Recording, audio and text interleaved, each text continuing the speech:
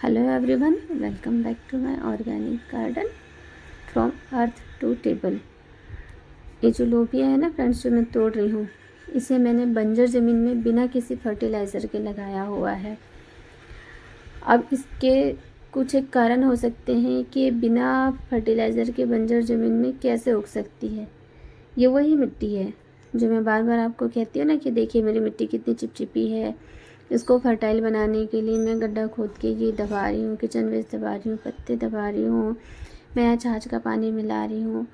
बहुत सारे मैं इंतज़ाम करते रहती हूँ उसे फर्टाइल बनाने की। ये वही मिट्टी है।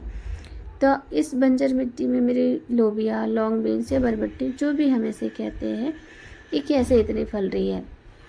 तो इसका एक कारण मैं आपको बताती हूँ फ्रेंड्स, कि ये है देसी बीज। तो देसी बीज कहाँ मिलते हैं? हमारी लोकल शॉप्स में हमें देसी बीज मिलते हैं। तो मैंने ये देसी लॉन्ग बीन्स के, देसी बरबट्टी के बीज लगा रखे हैं। देसी होने का क्या मतलब होता है कि हमारी मिट्टी के हिसाब से जो सूटेबल हो, जो हमारी जगह की लोकल जगह के बीज हों।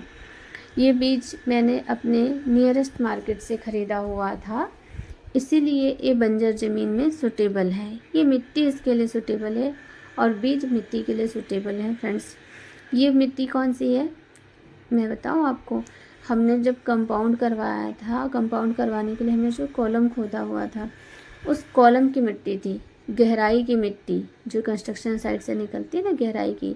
ये 1 से 1.5 फीट हमने खुदवाया था, उसकी मिट्टी है फ्रेंड्स। ये 10-12 दिन बस रही, उसके बाद मैंने इसमें बीज डाल दिए थे, ये सोच के कि उग जाए तो ठीक है, ना उगे तो फिर मैं इसमें, उग तो जाएगी पर अगर नहीं फलेगी या ग्रोथ नहीं दिखाएगी तब फिर मैं इसमें साइड साइड से गुड़ाई कर करके खाद देती रहूँगी।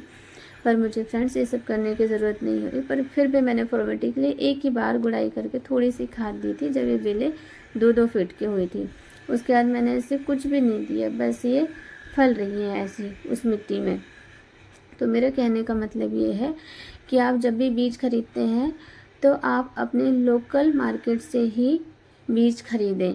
वो आपके एरिया की मिट्टी के हिसाब से आपको बीज दे देंगे।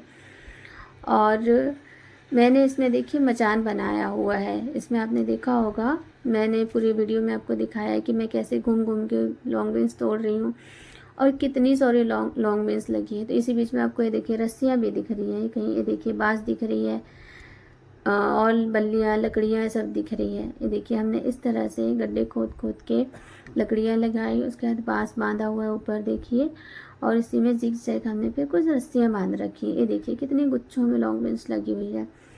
तो हमने बेलों को बहुत अच्छे से अरेंज किया हुआ है, खाद का हमें इसमें कोई टेंशन नहीं है। देखिए कितनी लॉन्ग बीन्स लगी हुई है इनमें।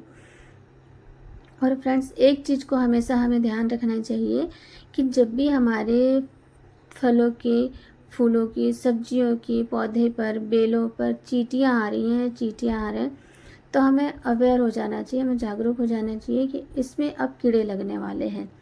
मैंने यहाँ थोड़ी लापरवाही कर दी, देख रहे हैं आप मेरे बेलों पे कितने ज़्यादा चींटे दिख रहे हैं, मैं उन्हें हटा हटा के तोड़ रही हूँ।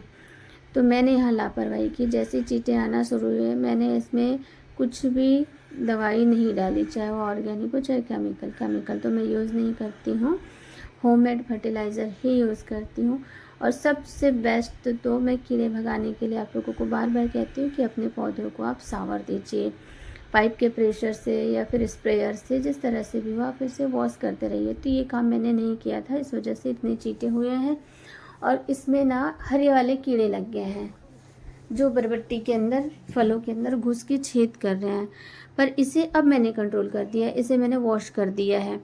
और इससे भी अगर ये नहीं भागेंगे फ्रेंड्स तो मैं इसमें हल्दी और राख दोनों को मिक्स करके थोड़ा थोड़ा डाल दूँगी, पर अभी इसकी ज़रूरत नहीं है। तो इन सब चीज़ों का ध्यान रखिए। और मेरा यही बताने का मकसद है आज फ्रेंड्स कि ज़मीन पर हमने उगाया है तो इसके लिए अगर हम देसी बीज लेते हैं तो हमें फर्टिलाइज़र्स की ज़रूरत नहीं पड़ती है। बस कीड़ों से बचाने के लिए इसे वॉश कीजिए, हल्दी राख आप छिड़क दीजिए हल्का हल्का सा, इस तरह से ये हो जाएंगी। बस पानी दीजिए और प्रॉपर बेलों को चढ़ाने का इंतज़ाम कर दीजिए। ज़मीन में गार्डनिंग करना बहुत आसान है फ्रेंड्स, और ऑर्गेनिक गार्डनिंग करना तो बहुत ही ज़्यादा आसान है। और इस मिट्टी को फर्टाइल बनाने के लिए मैं क्या क्या करती हूँ इसकी भी मैंने काफ़ी वीडियोस डाल रखी है, और बहुत आसान है इसको फर्टाइल बनाना। और मेरे गार्डन में मैं भी यही काम कर रही हूँ कि मैं डेली गड्ढा खोद देती हूँ और गार्डन से निकलने वाला वेस्ट, सूखी पत्तियाँ, किचन वेस्ट सब कुछ डाल डाल के इस मिट्टी को मैं तैयार कर रही हूँ। तो फ्रेंड्स, मानसून आ रहा है। आप जिस एरिया में भी रहते हैं, आप लोकल मार्केट से सीड्स खरीदिए और लोकल बीज लगाने की कोशिश कीजिए। और ये देखिए मैं कितनी सारी तोड़ रही हूँ। अभी एंडिंग में आपको थाली में, मैं प्लेट में दिखाऊंगी भी कि मैंने कितनी तोड़ी है। हर 2 दिन का गैप लेके, ये देखिए हर 2 दिन का गैप लेके मैं हाफ केजी से ज़्यादा तोड़ती हूँ। और बेलें यहाँ पर मैंने 1-1 फीट की डिस्टेंस पे लगा दी थी, 4-4 5-5 बीज लगा दिए थे और सारे ग्रो कर गए हैं। तो क्या नुकसान है, अगर हमारे पास थोड़ी सी ज़मीन है, हमें कोई फर्टिलाइज़र नहीं लग रहा है, बस थोड़ा सा अरेंजमेंट करना है बेलों को चढ़ाने के लिए, और इस तरह से देसी बीज डाल के हर 2 दिन में हम हाफ केजी की हार्वेस्टिंग ले रहे हैं, तो उसमें बुराई ही क्या है। तो फ्रेंड्स, प्लीज़ गार्डनिंग कीजिए और मेरी वीडियोज़ को लाइक कीजिए, मेरा चैनल को सब्सक्राइब कीजिए, मुझे सपोर्ट कीजिए और अपने परिवार को ऑर्गेनिक सब्जियां खिलाइए, बीमारियों से बचाइए, बच्चे बुजुर्गों के साथ साथ अपने आप को भी स्वस्थ रखिए, अपने स्वास्थ्य का ख्याल रखिए फ्रेंड्स। और मेरे चैनल को प्लीज़ सब्सक्राइब कर लीजिए। Okay, see you in the next video. ये देखिए कितनी सारी मैंने सब्जियां ली है।